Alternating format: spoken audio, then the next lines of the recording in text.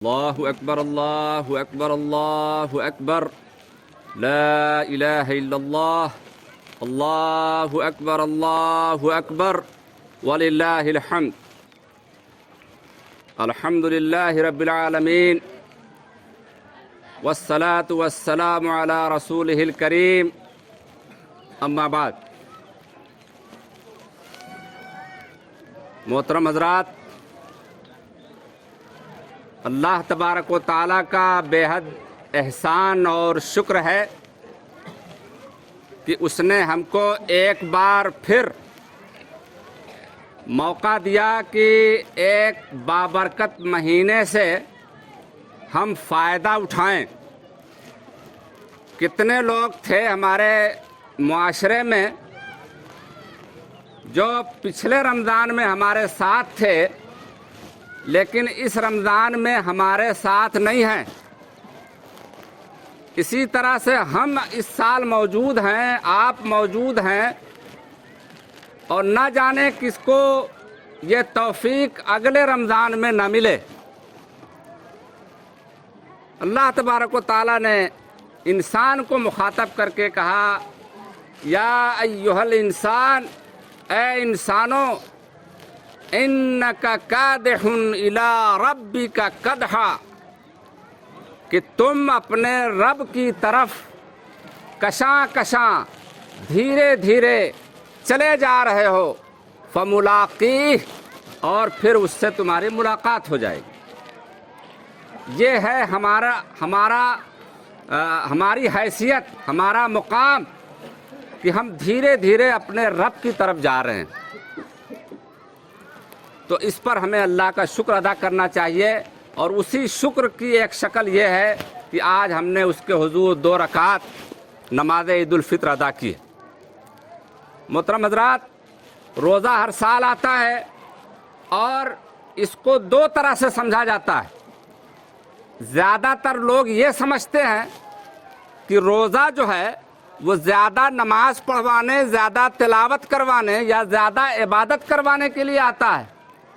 تو جن کے سامنے یہ بات ہوتی ہے وہ روزے میں تو زیادہ عبادت کریں گے، اور جیسے ہی روزہ ختم ہوگا پھر ان کی عبادات کم ہو جائیں گی، ان کی نمازیں کم ہو جائیں گی، ان کی دینداری کم ہو جائے گی۔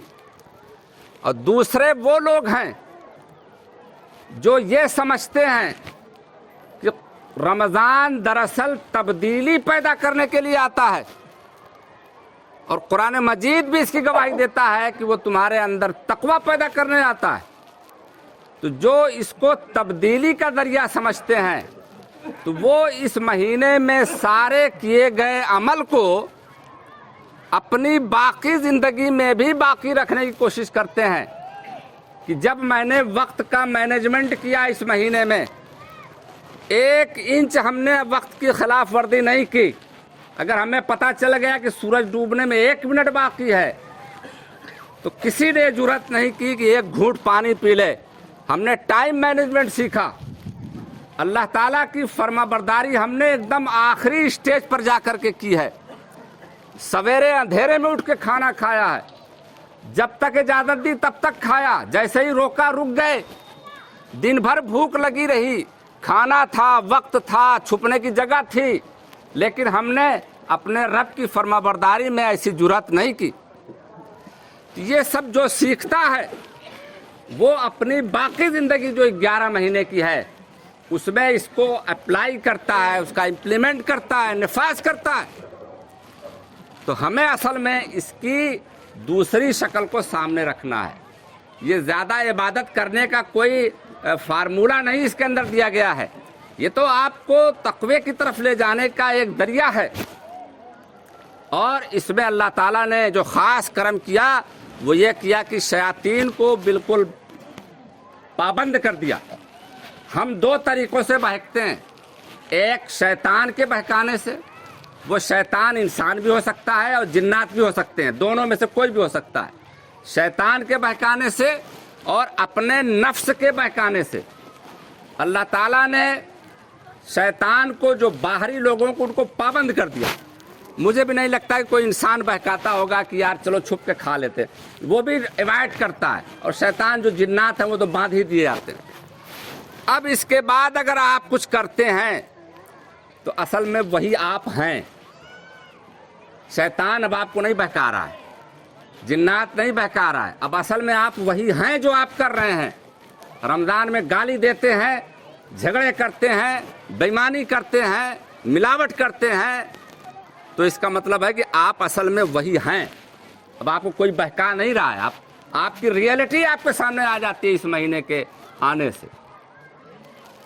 تو اس مہینے کا ہم نے کوشش کی ہے کہ ہم اس کا بھرپور فائدہ اٹھائیں، اور پھر ایک دعا کی جاتی ہے کہ اللہ تعالیٰ اس کو قبول فرما لے۔ اللہم تقبل منا ومنکم صالح الاعمال، اے اللہ جتنے عمل ہم نے کیے ہیں نیک، سب ہم سے اور لوگوں سے قبول فرما لے۔ محترم حضرات، ہر عید میں ہمارے سامنے ایک مسئلہ رہتا ہے، وہ یہ ہے کہ مسلمانوں کے ساتھ کیا ہو رہا ہے اس ملک میں خاص طور سے۔ تو ہم کوشش کرتے ہیں کہ اپنے لوگوں کو، اپنے نوجوانوں کو فرسٹریشن کا شکار نہ کریں، مایوسی کا شکار نہ بنائیں۔ ہمیں انہیں کچھ امید دکھانی ہے۔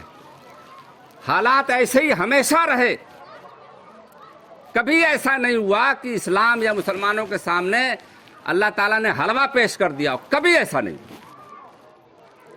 لیکن لوگوں نے، ہمارے انبیاء کرام نے، صحابہ کرام نے، نیک لوگوں نے اس کا مقابلہ کیا۔ بڑے بڑے خراب حالات آئے۔ غزوہ احزاب کا نام سنا ہوگا، جب خندق کھودی گئی، پورا عرب یکجٹ ہو کر کے صحابہ اور حضور پر حملہ کرنے کے لیے تیار تھا۔ پورا عرب، پورا الائنس ہو گیا تھا کہ چھوڑنا نہیں ہے۔ مٹھی بھر صحابہ تھے، چند لوگ تھے۔ اللہ نے کسی صحابی کو یہ سمجھ عطا فرمائی، اور انہوں نے کہا کہ اللہ کے رسول، اگر ہم یہاں خندق کھود دیں تو 15x30 کی خندق کھودی تھی، 15 فٹ گہری، 30 فٹ چوڑی، اور لمبائی کافی تھی۔ وہ خندق کھودا، اور حضور خود بنفس نفیس اس کی کھدائی میں شامل تھے۔ یہ لیڈر کا کام ہوتا ہے، لیڈر آگے ہوتا ہے، ہمارے ہاں لیڈر پیچھے ہوتا ہے۔ حضور بنفس نفیس کھدائی کرتے تھے۔ آپ کو واقعہ یاد ہوگا کہ ایک صحابی کے پیٹ پہ ایک پتھر بندھا ہوا تھا بھوک کی وجہ سے، تاکہ تو حضور نے 2 پتھر باندھے ہوئے۔ آپ جانتے ہیں وہاں مہینوں لوگ محاصرہ کیے رہے، مکہ کے لوگ خندق پار کر نہیں پا رہے تھے، اور پھر آخر ایک وقت ایسا آیا کہ اللہ تعالیٰ نے بھی کچھ مدد کی، آندھی طوفان آیا، سب کچھ ہوا، لیکن اس میں حضور پوری طرح سے الرٹ رہے۔ صحابہ کو بھیجا کہ جا کر کے ان کی جاسوسی کرو، سب کچھ کیا، یعنی مقابلہ کیا اور کامیاب رہے۔ میں مختصراً آپ کو بتا رہا ہوں، ہمیشہ انبیاء کرام نے مصیبت کے آگے دیوار کھڑی کی ہے، دیوار گرائی نہیں ہے۔ میرے سامنے حضرت موسیٰ، حضرت خضر کا واقعہ، ایک گاؤں میں جاتے ہیں، وہاں ایک دیوار گر رہی ہوتی ہے، اس کو دیوار کھڑی کر دیتے ہیں۔ گرانے والے نہیں ہیں، کھڑی کرنے والے لوگ۔ ذوالقرنین کا ذکر قرآن نے کیا ہے۔ نارتھ میں اس بندے نے ساؤتھ ایسٹ نارتھ پورا ایک دم چکر لگا مارا تھا، اتنا بڑا بادشاہ تھا ذوالقرنین، 2 سینگوں والا، یعنی اس نے پورا علاقہ جو ہے گھوم لیا تھا، قرآن مجید نے بیان کیا۔ لاسٹ میں نارتھ میں گیا کہیں پر، تو وہاں لوگوں نے کہا کہ ہمارے اوپر کچھ دنگائی قسم کے لوگ آ جاتے ہیں، حملہ کرتے ہیں اور پریشان کرتے ہیں۔ تو حضرت ذوالقرنین نے کہا کہ ٹھیک ہے، میں دیوار بنا دیتا ہوں۔ انہوں نے بھی ایک تانبے اور لوہا اور سب ملا کے آگ جلا کے دیوار بنائی، تو مقابلہ کیا ہے۔ اور آپ اس بات سے آپ کو مطمئن رہنا چاہیے کہ ڈرے ہوئے کو کبھی نہیں ڈرایا جاتا، ڈرایا اسی کو جاتا ہے جس سے لوگ ڈرتے ہوں۔